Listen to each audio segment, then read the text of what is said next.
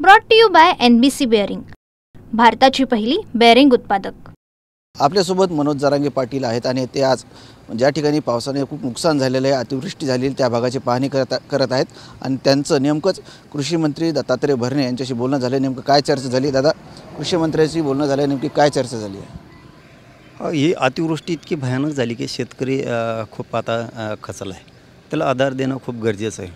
म्हणून कृषी मंत्री महोदयांना भरणे मामाला फोन केला आणि त्यांना सांगितलं की शेतकऱ्यांना तुम्हाला आता तातडीनं मदत करणं खूप गरजेचं आहे। शक्यतो सरसकट शेतकऱ्यांना सरसकट होणं गरजेचं आहे, मदत आधाराची अत्यंत गरज आहे। त्यांनी सांगितलं आहे आम्ही तो विषय लगेच कॅबिनेटमध्ये आता घेतो आहे आणि त्यांनी शब्द दिला आहे की सगळ्या अधिकाऱ्यांना मी सूचना दिल्या की ताबडतोब अर्जंटचे पंचनामे करा। मी मामाला भरणे मामाला हेही सांगितलं की त्या पंचनाम्यात पुन्हा अधिकारी वेळ घालणार। आज समाजाला या शेतकरी वर्गाला अत्यंत गरज आहे अर्जंट, आणि आता मदत होणं गरजेचं आहे। ते खूप दिवस लावतात मग तसे अधिकाऱ्यांनी त्या पाहण्याच करायच्या, अमुक करायचं आहे तमुक करायचं आहे। आज तुमच्या डोळ्यासमोर आहे की पिकं वाहून गेलेत, सडले आहेत, पूर्ण महाराष्ट्रभर झालं आहे। आता तीच परिस्थिती आष्टी तालुक्यात मतदारसंघात पण झाली।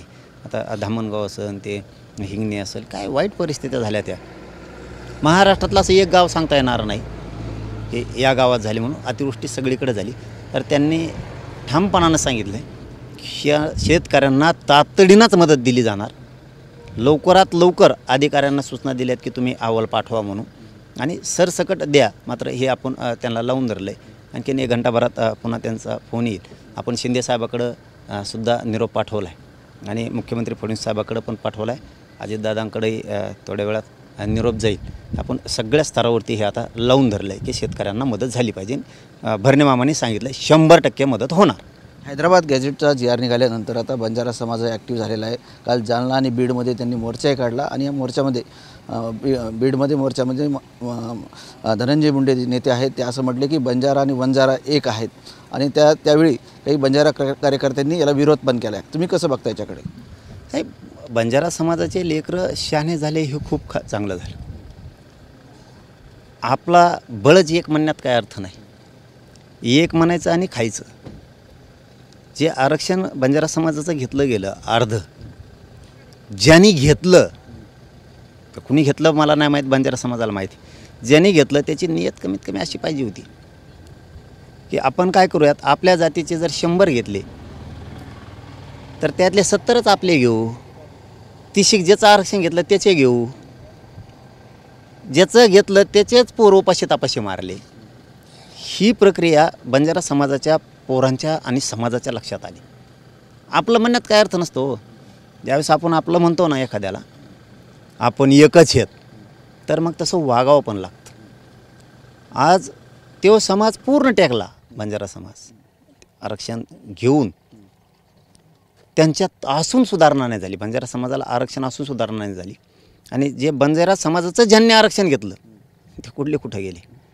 मग हेच तुमचे जर तुम्हाला पुढं नेतात होते तर बंजारा समाजाचे लेकरं का पुढे नेले नाहीत, हा बंजारा समाजापुढं खूप मोठा प्रश्न आहे। आमच्या आरक्षणावरती तुमचे लेकरं पुढे गेले, आमचंच होतं ते, आम्हीच दिलं, आमची थोडी पण कदर नाही केली देणाराची, म्हणजे बंजारा समाजाची थोडी पण कदर नाही केली। तुमचे इतके पुढे गेले, आमचे का नाही गेले, हे बंजारा समाजाचे लेकरं प्रश्न विचारायला लागले। दाटून तुम्ही ना आम्ही एक आहेत म्हणण्यात काय अर्थ आहे? तसं दाखवावं लागतं। बरं झालं ते हुशार झाले। पुढच्या काळात तरी यांनी असे लोक घुसून देऊ नये, हे मात्र बंजारा समाजाने सावध होणं गरजेचं आहे। मराठी खंबीर आहे त्यांच्या मागं, बंजारा समाजाच्या पाठीमागं। नक्कीच होते मनोज जरांगे पाटील। कॅमेरामॅन अमित आडेसह Sanjay Sarode, TV9 Marathi, Beed. Brought to you by NBC bearing, भारताची पहिली बेअरिंग उत्पादक।